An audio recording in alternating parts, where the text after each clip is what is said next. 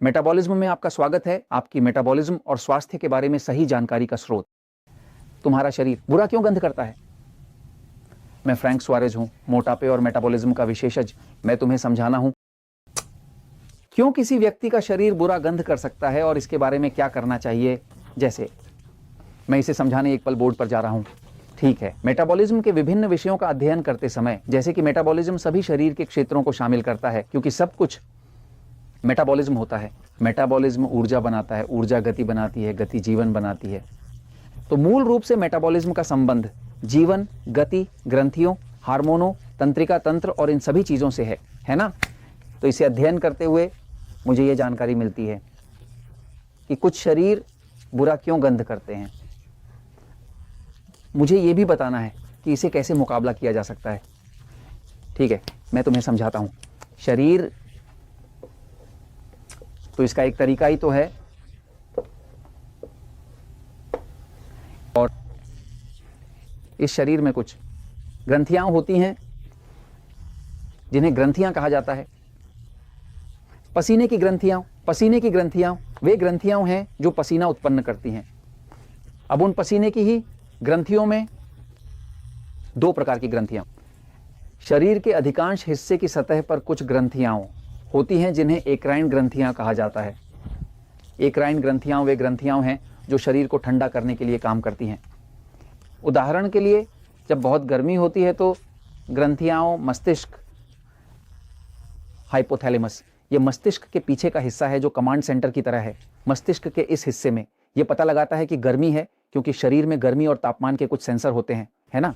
और जब वह एक संदेश भेजता है तो मस्तिष्क पसीने की ग्रंथियों को एक संदेश भेजता है, विशेष रूप से उन ग्रंथियों को जिन्हें एक्राइन कहा जाता है। और ये एक्राइन पूरे शरीर के चारों ओर होती है। जब तुम व्यायाम करते हो, जब तुम गर्म होते हो, तो तुम सिर से पैर तक पसीना बहा सकते हो। क्यों? क्योंकि वे एक्राइन ग्रंथियां शरीर को ठंडा करना शुरू कर देती हैं। दिमाग क्या करता है? तो शुरू होता है, वे ग्रंथियां पानी की तरह पसीना छोड़ना शुरू कर देती हैं। यह एक बहुत पारदर्शी तरल है, बिल्कुल पानी जैसा, थोड़ा बहुत नमकीन। और ये एक ऐसा तरल है जिसका बुरा गंध नहीं होता। ये थोड़ा नमकीन हो सकता है, पसीने का स्वाद नमकीन होता है, इसमें जैसे नमक होता है। लेकिन शरीर इसका उपयोग करता है, क्योंकि जब शरीर पानी में भिगोता है, इसे पसीने के माध्यम से कहा जाता है, यानी उस पानी को बाहर निकालना। इसका उद्देश्य यह है कि जब हवा आती है, वह हवा जब पानी पर पड़ती है तो ठंडक पैदा करती है और तब शरीर ठंडा हो जाता है। तो ये एक ठंडा करने की प्रणाली है।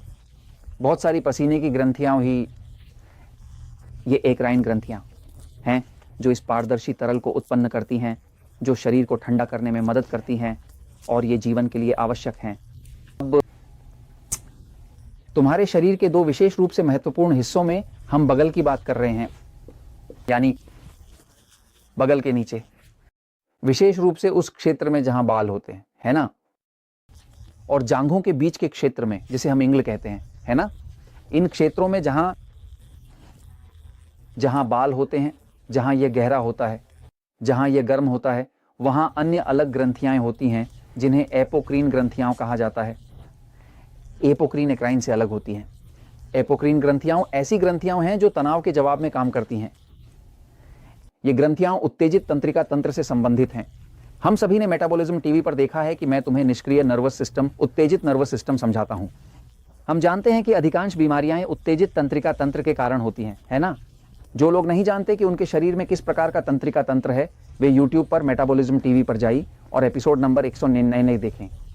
जब आप मेटाबॉलिज्म टीवी एपिसोड 199 देखेंगे, आप जान पाएंगे कि आपके शरीर का तंत्रिका तंत्र निष्क्रिय प्रकार का है। हाँ, उत्तेजित तंत्रिका तंत्र के कारण। उदाहरण के लिए, मैं फ्रैंक सुआरेज एक निष्क्रिय शरीर वाला हूं। जॉर्ज टोरेस, जो हमेशा कैमरे के पीछे होता है, वो पतला आदमी है। कृपया जॉर्ज को नमस्ते कहो। बहुत अच्छा, ठीक है। खैर, जॉर्ज का तंत्रिका तंत्र उत्तेजित है। वे उन लोगों में से हैं जो पागलों की तरह खाते हैं और वजन नहीं बढ़ाते। मैं तो खाने को देखकर मोटा हो जाता हूं। अलग अलग प्रकार के शरीर हैं। अब और मेटाबॉलिज्म व्याख्या को जारी रखते हुए, ये एपोक्रीन ग्रंथियां एक पारदर्शी नमकीन तरल नहीं बनाती हैं जैसे कि एक्राइन ग्रंथियां बनाती हैं, जो शरीर को ठंडा करने के लिए होती हैं, बल्कि ये एक दूधिया जैसा तरल बनाती हैं। जैसे कि ये दूध जैसा लगता है, ये बहुत अधिक गाढ़ा है ना। और वह तरल, एक विश्वविद्यालय ने इस तरल के बारे में एक बहुत ही विस्तृत अध्ययन किया था कि यह बगल और जांघों के नीचे क्या होता है और यह क्यों बुरी गंध लेता है। उस तरल में कई बैक्टीरिया हैं जो इसका आनंद लेते हैं, लेकिन एक विशेष बैक्टीरिया है जो सबसे अधिक इसका आनंद लेता है और वह बैक्टीरिया है जिसे स्टैफिलोकोकस होमिनिस कहा जाता है।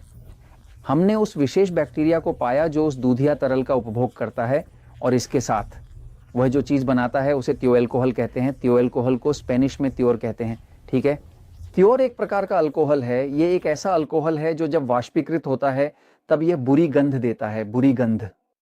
किसी बगल या जांघ से, ये तिबोल से आता है, वह तिबोल जो वाष्पीकृत हो रहा है।